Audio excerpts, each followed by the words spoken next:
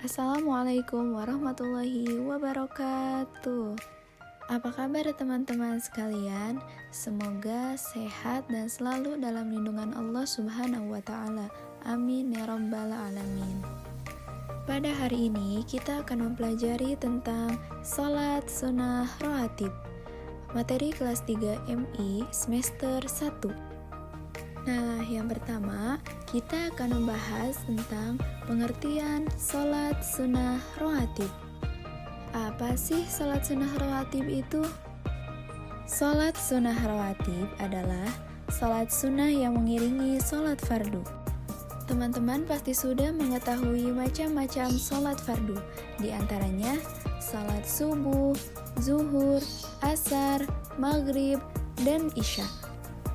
Sholat sunnah rawatib ada yang dikerjakan sebelum sholat fardu dinamakan qobliyah, dan ada juga yang dikerjakan setelah sholat fardu dinamakan ba'diyah. Berikut ini jumlah rakaat sholat sunnah qobliyah dan ba'diyah. 2 rakaat sebelum sholat subuh, 2 atau 4 rakaat sebelum sholat zuhur. Ini bisa dilakukan 2 atau 4 rakaat karena dalam riwayat lain ada yang mengatakan 4 rakaat sebelum sholat zuhur termasuk sholat sunnah rawatib mu'akkad. Nanti kita akan membahas sholat sunnah rawatib mu'akkad dan ghairu mu'akkad. Kemudian 2 rakaat setelah sholat zuhur, 2 rakaat setelah sholat maghrib, dan 2 rakaat setelah sholat isya. Sholat sunnah rawatib ada 2. Pertama, mu'akkad, yaitu sholat sunnah yang dianjurkan. Yuk perhatikan terlebih dahulu jumlah rakaat sholat sunnah rawatib mu'akkad. 2 rakaat sebelum sholat subuh, 2 rakaat sebelum sholat zuhur, 2 rakaat setelah sholat zuhur, 2 rakaat setelah sholat maghrib, dan 2 rakaat setelah sholat isya. Kedua, ghairu mu'akkad, yaitu sholat sunnah yang tidak dianjurkan. Yuk sekarang kita simak lagi jumlah rakaat sholat sunnah rawatib ghairu mu'akkad.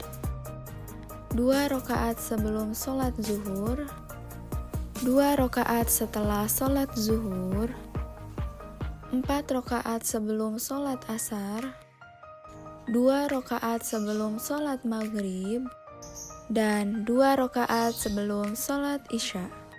Selanjutnya, tata cara sholat sunnah rawatib. Secara umum, cara melaksanakan sholat sunnah rawatib itu sama seperti sholat fardu.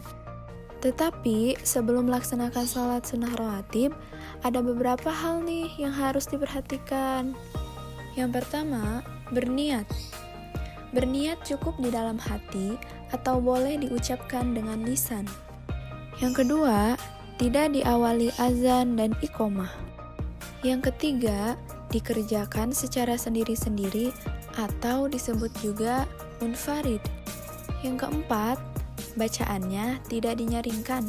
Jadi maksudnya itu, ketika sholat sunnah rawatib, bacaannya tidak perlu dikeraskan. Jadi cukup di dalam hati saja.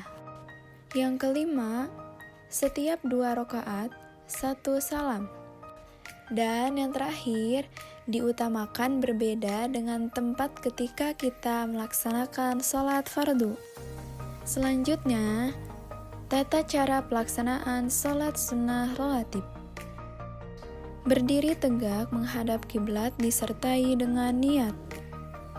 Takbiratul ihram dengan membaca Allahu Akbar. Membaca doa iftitah, Al-Fatihah, dan surah atau ayat-ayat Al-Quran.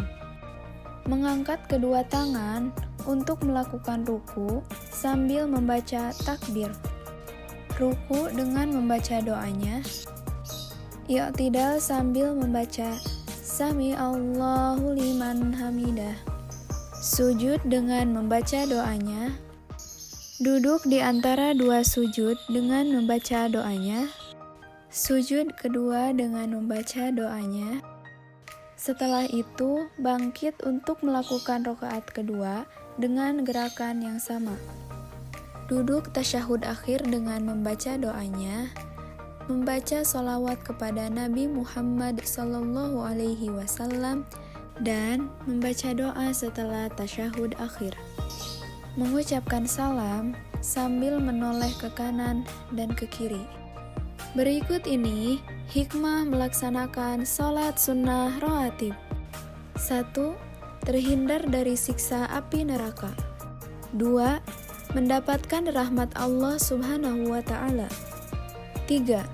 Jika dilaksanakan di rumah, dapat memberikan keberkahan bagi penghuni rumahnya. Alhamdulillahirabbil alamin. Materi salat sunnah rawatib telah selesai. Semoga dapat bermanfaat bagi kita semua. Amin ya rabbal alamin. Wassalamualaikum warahmatullahi wabarakatuh.